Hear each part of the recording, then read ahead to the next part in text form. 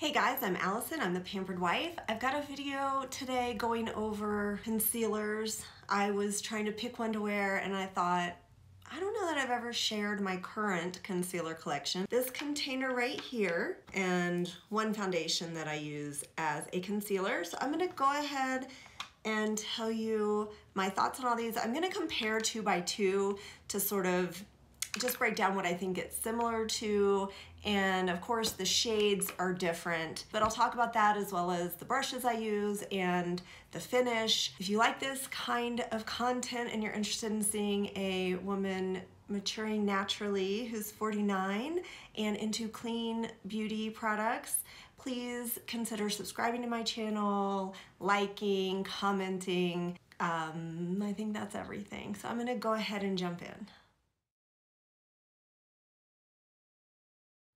Okay, so let me start by telling you I have dry, maturing skin. I'm especially dry around my under eyes, so typically I apply a moisturizer under my eyes every single day.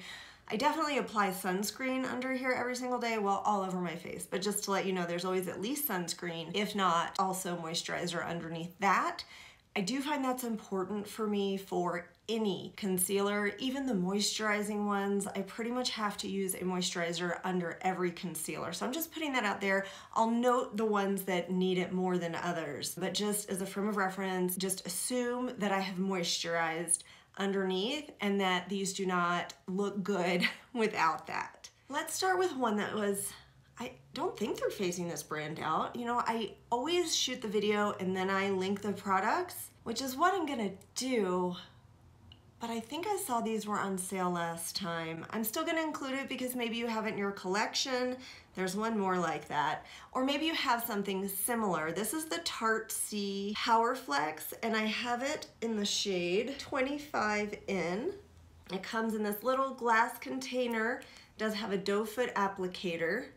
And this is more skin tone for me. This one's a thinner formula. It dries down completely and then has a skin-like finish, almost on the matte side of skin-like, but not matte completely. It just doesn't have really any sheen to it or anything, which I'm fine by. I prefer this type of finish. This one is buildable. I would say up to medium coverage. You're not gonna get full coverage, but it's a nice, natural looking finish. Like I said, skin-like. I definitely have to moisturize underneath. Another thing that I should have added at the beginning is all of these can crease, okay?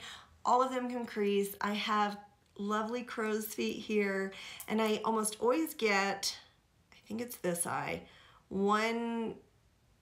there's one line under here that almost always collects foundation. That's just a part of it, or concealer, sorry. For me, that's just a part of wearing concealer. It doesn't bother me. I can tap it out. I'm gonna look and see if I have it today. No, I have the wrinkle there, but I don't seem to have any concealer collecting in that. I'm just letting you know, all of these can crease. The more you use, the more likely it is to crease.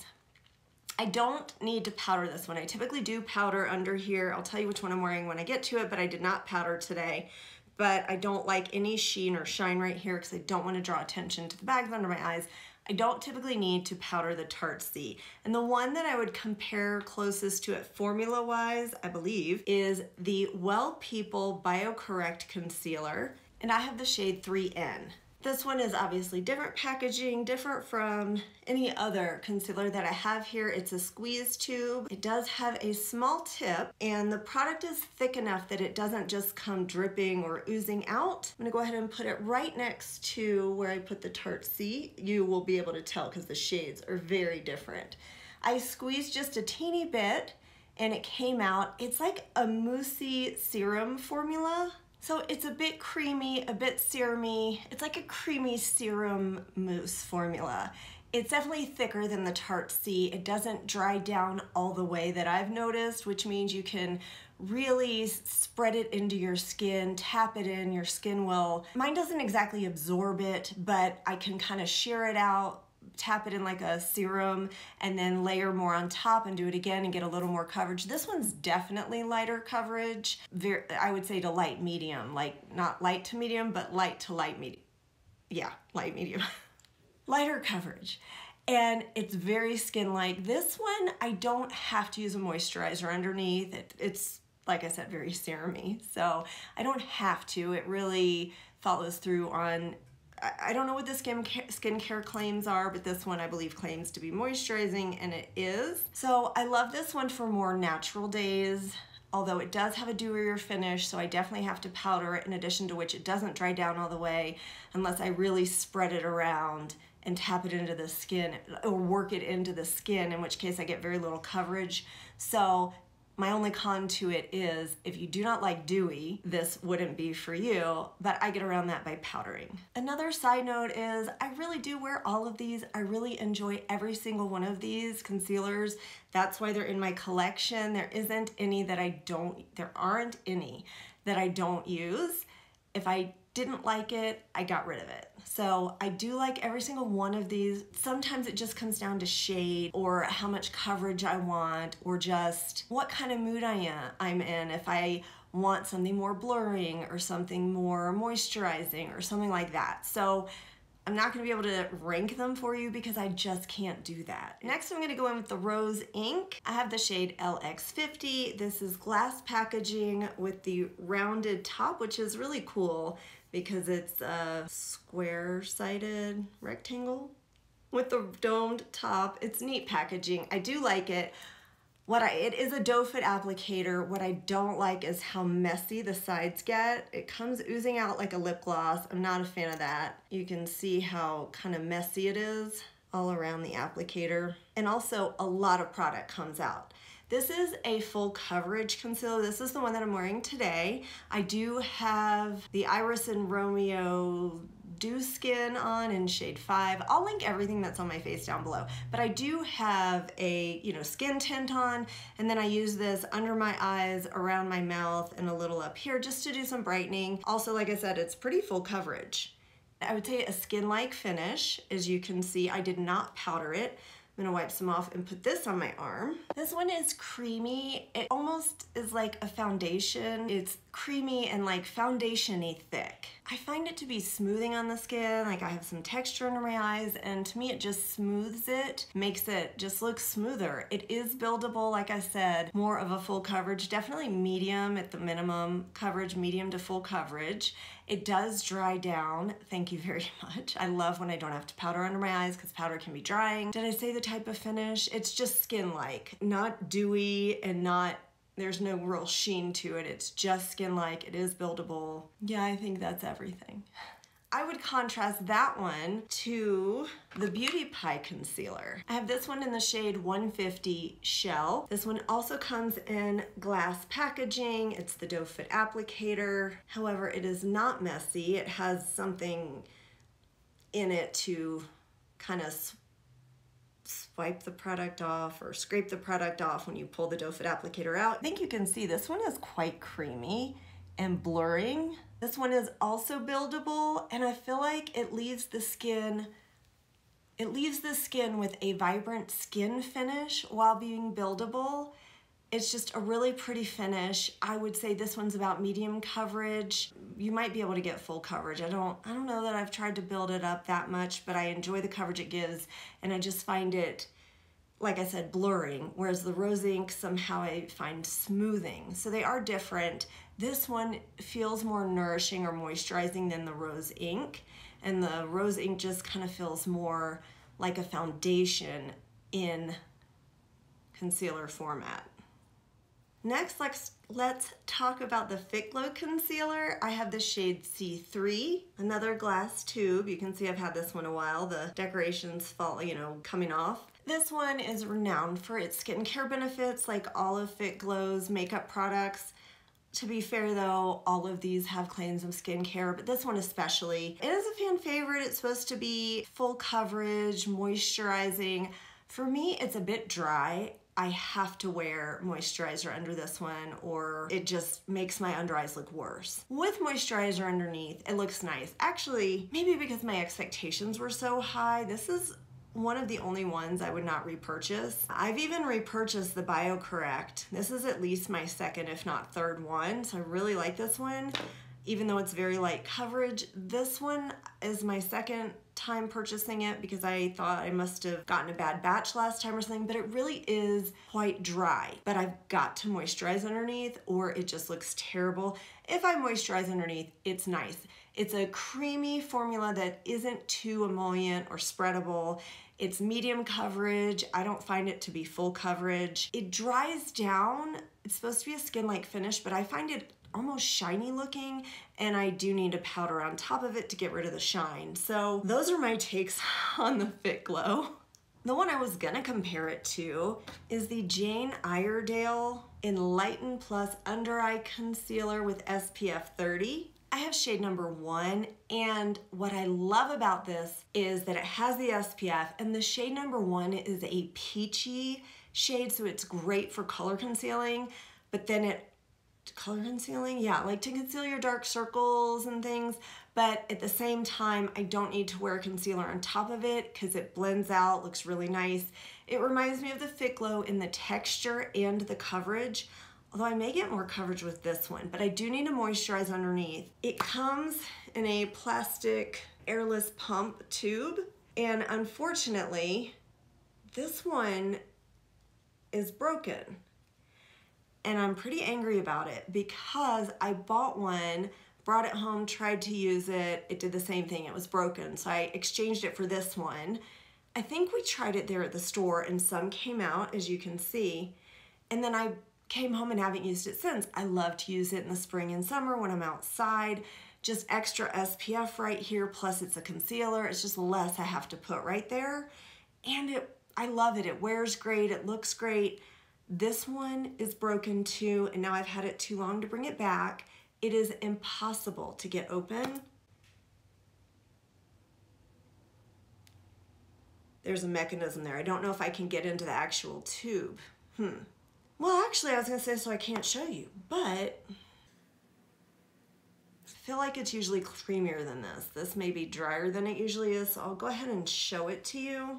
Yeah, this is more dry. This is thicker and drier than usual. So I can't give you a good swatch of it.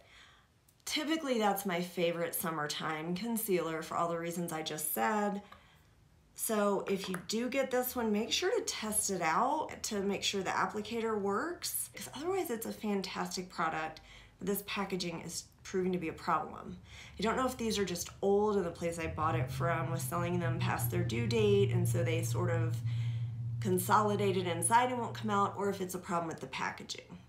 Sadly, one of my all-time favorite concealers is no longer available, but maybe you already have it or can find it on Mercari or somewhere like that. This is the Clove Hallow Concealer. Clove Hallow's closed its doors. However, its sister brand Clover is now available at Rite Aid and online. I've not tried anything from them. Let me know if you'd want to see a video on some of their products. It is very affordable, clean beauty. Again, even available at Rite Aid. Supposedly the formulas are almost identical or very similar according to the founder. So it comes, this is plastic, doe foot applicator. I have the shade 2.75 if I didn't already say that. This is creamy and moussey, feels like air on your skin when you're spreading it out, and then it just sinks right in and melds with the skin. It has a skin-like finish. I do, again, like to moisturize under it just like all of them. This one's no exception.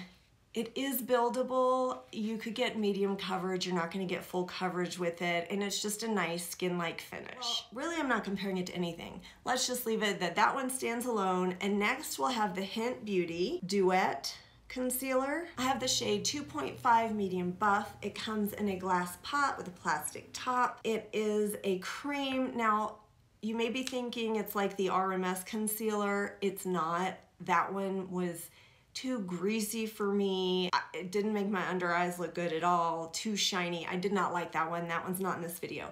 This is a lot thicker and creamier. It's still emollient. It's super easy to rub around and spread out. But again, I tap more than spread. This one I 100% have to moisturize underneath.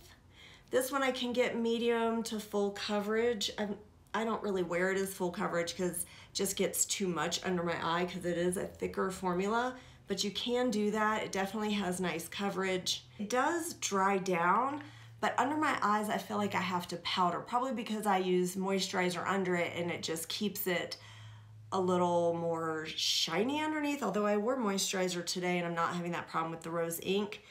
This isn't one of my favorites. Other people love it. I've been trying, or not trying, I've been using it some as a foundation. Sadly for me, this did not become a favorite. Let me know if you have dry, maturing skin or just dry skin, how you like it, because I seem to be the only one who doesn't absolutely love this. Like I said, this is one that I absolutely have to wear a good moisturizer underneath or it just doesn't look good. We're getting down to the last few.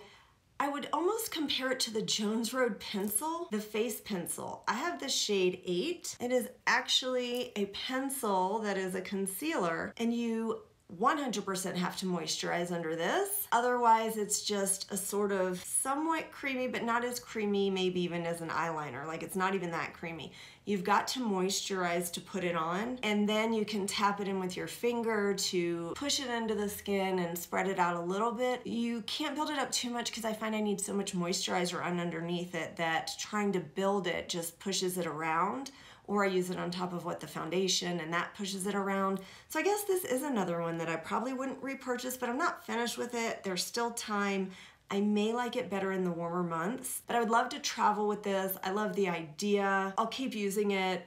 It's not one I'm currently reaching for because I do have dry skin and it's been winter and my skin's been more dry. I have one last cream product that I use. It's the Westman Atelier Vital Skin Foundation Stick in the shade Atelier 2.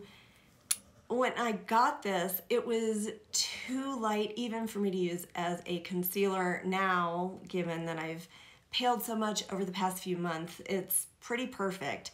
It has a gorgeous skin-like finish. I mean, this one is quite beautiful. If it were a better shade for me, I would love it as a foundation, but it is a thicker cream. You can't build it up too much. I don't think it's meant to be built up too much, but maybe medium coverage at best. I don't know that it's the best as a concealer. It can be a little thick if I try to build it up. Again, moisturize underneath it for me is important, but it is gorgeous. I definitely would not buy this to be your foundation.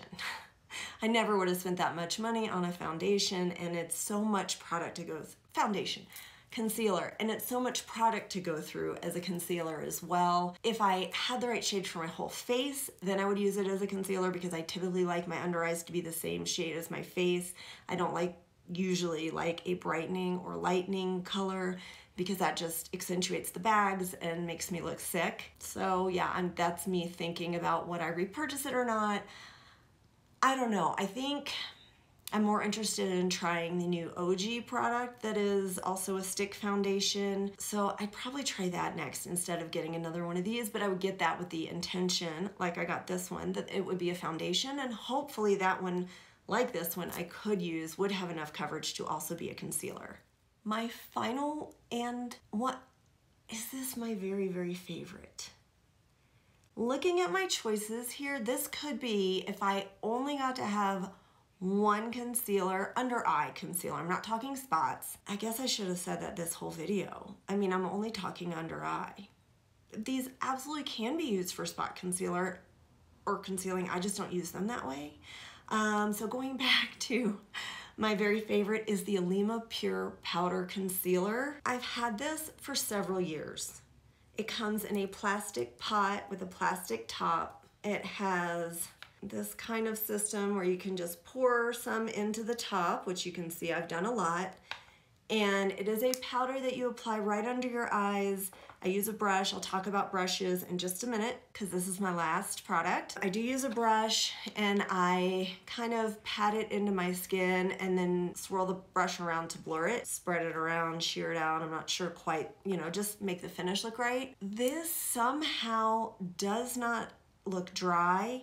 It does a fabulous job of blurring, and the finish looks like a natural skin finish. It's a great shade match for me. It looks beautiful, and I don't have to powder it. Of course, it's a breeze to travel with. Just the finish is so gorgeous. I don't have enough good things to say about it. I absolutely love it, and I was shocked that it works for my maturing dry skin. So let's talk brushes. You only need one of these, or not even these. I'm just showing you what I use. One, I absolutely love this BK Beauty Angie Hot and Flashy brush. It's the A506. It has this, what do they call it? Paw? Kitty paw shape. So it's tilted here, and then the back side is long, and the front where it's tilted are short, firm hairs, and it's perfect for just pressing in the product. I mean, this is literally what I do. And then this side is longer, so then I can take and spread the product around the edges and tap in some more if I need to. This is great. The shape, the way you can use it. I mean, it's great around the nose, anywhere. So the shape is fantastic. It does a great job of, well, what it's supposed to do. My second favorite is the Sephora brush. It's the Sephora Pro Airbrush Detail Corrector number 57. I thought this looked huge when I got it. You know, these are all vegan, by the way, all my brushes. But same thing. Oh, let's do it on this eye. I can push it in like this, push the product in. It's just a good size, and I do find pushing the product in is much better than spreading it, because spreading it is just moving it around on your face, taking the coverage from where you want it, and moving it elsewhere. Once it dries down, I can, you know, see swirling very lightly around the edges or something, but otherwise pressing and tapping in is how I prefer to do it. So I do love this brush. I also, for years, have used my EcoTools brush. It's the RT300, and it's very similar to the Sephora, except it's shorter and a little softer. This one, I think, well, not softer as in touching it and like this one scratch or anything, but softer, like more movable, more flexible than this one. So this one is almost better for light buffing than it is for pressing in. It's just not as firm and may not work as well. This is the brush that I absolutely love to use. With this, I put the Alima Pure Powder, I put in the top, I dip this in to the powder and really try to settle it into the brush, swirl the brush around, and then I'll tap it onto my skin just like this, and then I will gently buff it. And that's how I apply the Alima Pure Powder. So I especially love this one for that. And then I also happen to have this Fitglow Beauty dual-ended brush that I don't see has a name, but I will use this smaller end just like I showed you with all the other ones. It's a little more targeted. It's not pointy, obviously, but it is very firm and domed on the top instead of kind of smoothed over and flat. So this is my least favorite of them to use for the concealer, but it absolutely works. I certainly have used it. I think you can see that. I use it quite a bit, actually. Like, none of these are going to be a problem. So these are my recommendations for concealer brushes, or at least the type, the shape, how I use them. Or oftentimes I just use my fingers, typically my ring finger. I used to spread, but I've learned, not just because maybe spreading tugs a little bit, but I've learned that tapping the product in really works much better than spreading. Like I said, to get the coverage I want, to keep it in the place I want, and then I can spread or kind of rub in a little bit very lightly the edges so that it's better blended in with the rest of my makeup. I hope this was helpful to you. I feel like there's so much maybe questions I didn't answer. So let me know in the description box or in the comment section if you have questions for me, if you want one product shown more in detail, or I don't know, anything, let me know. If there's a concealer you want to recommend to me, like I want to try the Lawless concealer. I've really heard some great things about that. Ooh, and the Make Beauty concealer. Those are the top two on my list. Next, what do you think of me trying those? And if I tried them, which one would you want to see more? Also, do let me know if you'd like to see a brand review of Clover, the sister company to Clove Hallow that is more affordable, and anything else you want to share. As always, I hope you find some time to pamper yourself today. Bye.